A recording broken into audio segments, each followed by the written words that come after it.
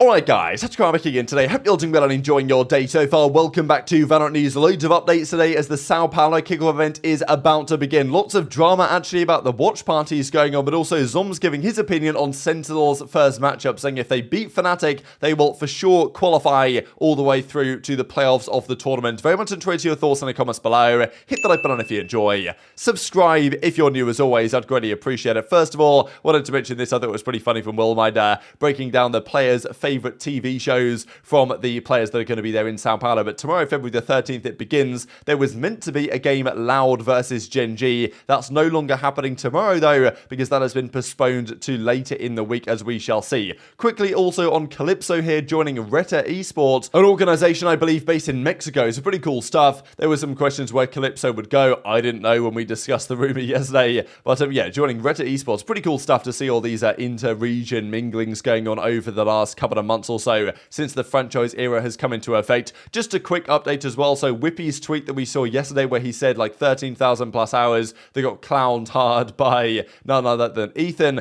actually has since been deleted. And even the founder of Breakthrough here, which is this guy Kevin, comes back and says this: Russian players, when they make a few bucks, be like. So of course we saw that tweet yesterday that Ethan was roasting. It's pretty interesting nonetheless to see people still responding. But speaking of Breakthrough as not an organization, because they're not like a proper org, but they're just like a free agency team, obviously, right? They said in the bio, free agent roster founded by this guy that we just saw. But also it was spotted yesterday that Ludwig, who is of course recently a new co-owner of Moist Esports, Moist Criticals type thing going on there, has followed a bunch of the Breakthrough players. Some say he followed all of them, but he certainly followed some of them, such as a proto. So at least I think it's been considered right now by Ludwig and Moist Esports as to whether they potentially sign this Breakthrough team, because they're probably better than expected. And you know, whether this is actually a good decision is another question entirely. But we saw some rumors initially that Squirtle Squad,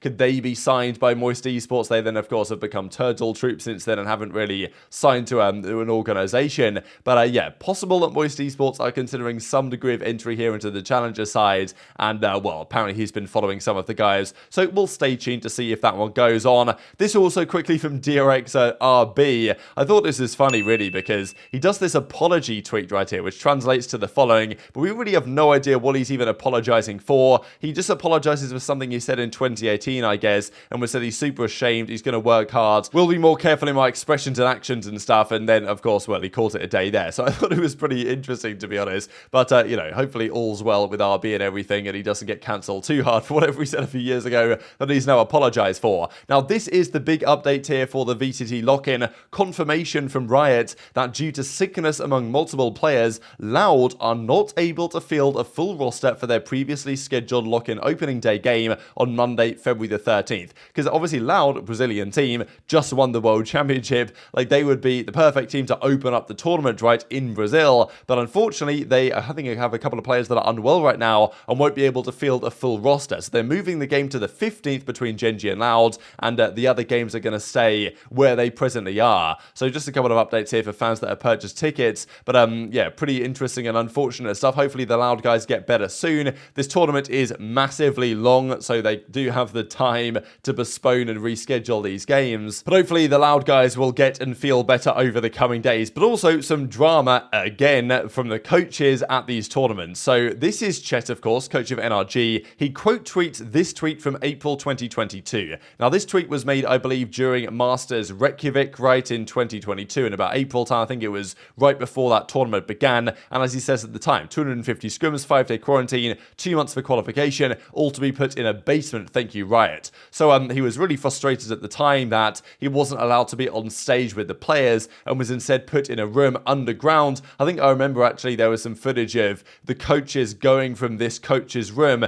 to try and get to the stage with their players, and it was about like a 3 or 4 minute walk to actually get there. Like, it took a long time to actually get yourself from this setup all the way up to the stage where the players are, which is not ideal, because if you're a coach, you want to be on stage with your players, not so you can lap up the crowd recognition necessarily, but so you can see the players in person, see how they're responding, see how they're reacting, and you know, give some insight and information and kind of calm them down if necessary, or hype them up if necessary, and do that kind of, you know, not just pure in-game analytical stuff, but also the outside of the game, how to get these guys in the best position position to win from a mental aspect, like you can do that much better, I'm sure, if you're there in person and can speak to them during tech pauses, or not during tech pauses, but during tactical timeouts, right, rather than being set up ages away from the stage itself. So this was a big frustration from Chet at the time, and he says it again. So this is obviously clearly an update on the new venue that they've got in Sao Paulo. Stage is too small, man has been put in the back room, 16-hour travel just for this, he says. So I think understandable frustration from Chet. I know that people see Chet crying again and are like, oh, this guy's crying all the time, which, okay, like he does probably complain more than most coaches, but in fairness, Baka, right, or however you meant to pronounce this, also from, well, now MIBR, former Loud, says it's ridiculous, yet again another event where they don't allow the coaches on the stage, and then Chet says, at least it's not as bad as the basement. I want to be with my team, hear the crowd, call them during the game, not be on a separate room. So apparently they're not in a basement anymore, but they're like in a back room or something, which is far from ideal. So yeah, I don't know, Chet's just trying to make this more publicly known, such that maybe Riot change something in the future here. Now let's talk then about the Sao Paulo kickoff, which begins tomorrow. These are a lot of the games that are going on. Of course, GenG Loud has now been rescheduled to the 15th, so the first game will now be Koi versus NRG. That's a massive game. I didn't actually realize, because I thought, like, okay, I was looking at Sentinels and Fnatic and Cloud9 Paper X, and I thought, okay, those are two of the big games, but Koi versus NRG is already a massively important first round game that is going to be not easy at all for NRG, even if they are the best team in North America, as some seem to believe. These are the matches there. The other set of matches, though, before I wanted to share those, I wanted to discuss this from Zombs, who talks about Sentinels and their first round game against Fnatic, looks at their bracket and says, hey, if they beat Fnatic, they should be good to qualify. Sentinels beat Fnatic in Brazil? Yeah, probably. Good halves, and not just one with a little bit of heroics to kind of make you get to that point. If Sentinels gets past that, they're like, sure. Just a little bit. A lot of people were up in flames about the composition we saw from Oxygen on Bind. Yeah, well, if Sentinels gets past that, it's like free qual. It's a little weird. I think Emmy also. I don't think 100 Thieves will be that insane. Just as critical of our Haven comp if we would have lost, but they ended up winning, right? It's the single initiator. It's ShahZaM. I think that's their hardest match, probably the first match. Bro, this is like a crazy odds for Koi. Like, this match is probably 50-50. Oh, well, yeah. Maybe. All the matches are old. Yeah, I think NRG might get first rounded, bro, I'm gonna be honest. Wait, who is C9 playing? I didn't even look. Paper X?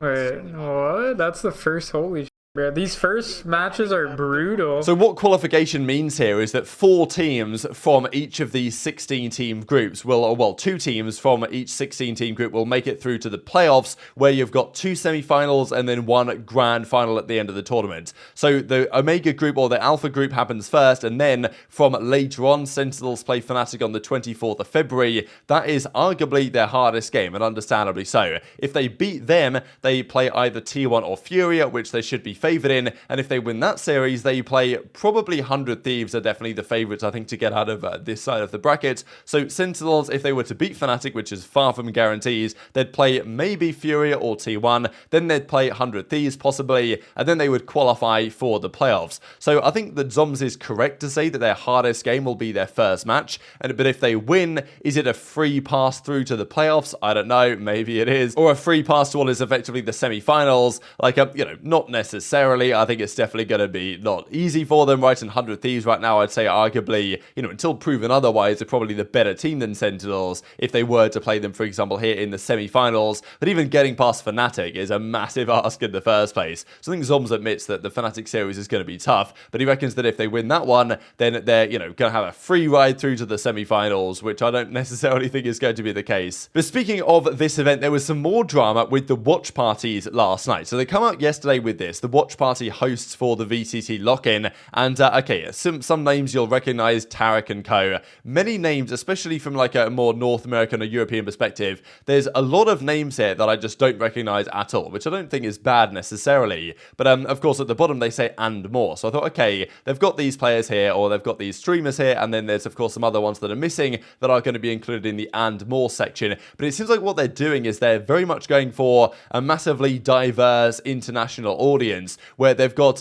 you know, streamers from multiple regions that I've never heard of, to be honest. But they're choosing those streamers at the expense of some of the well-known ones from North America, let's say, as George points out. No Hiko, no Average Jonas, like this can't be the full list, right? And even we get this from Subrosa. Once again, your boy didn't get the permission. Riot loves me. So lots of frustrations from these streamers that they're not given the permission to watch party the entirety of the lock-in event, and you know, lots of backlash to this one as a result. And I think you can kind of understand why, in a way. Like, obviously they want to choose the ones to stream it that they want to allow to stream it, but kind of getting rid of some community favorites and names from certain regions isn't necessarily the way to go about it. And even we saw from Average Jonas in the replies here, someone count the amount of NA-based streamers on this list, as in implying that there's really not that many of them. We even get Marved in the replies. He said Sanj after getting effectively rejected here. So yeah, lots of controversy about this, whether like this is their right to allow the watch parties to be what they want, or whether they should allow certain streamers to come through because, you know, historically they have been there. Now, Leo Farrier from Riot actually says the following: we are now inviting more creators to co-stream the lock-in. While we do want diversity and variety of languages, we don't want to stop folks who are committed to our sport from creating content and being part of this moment with us. Thanks for the feedback. Hope you have a ton of fun. So I think they did then open it up a bit wider. I don't know exactly who this got to, but I believe that Subrosa then was allowed,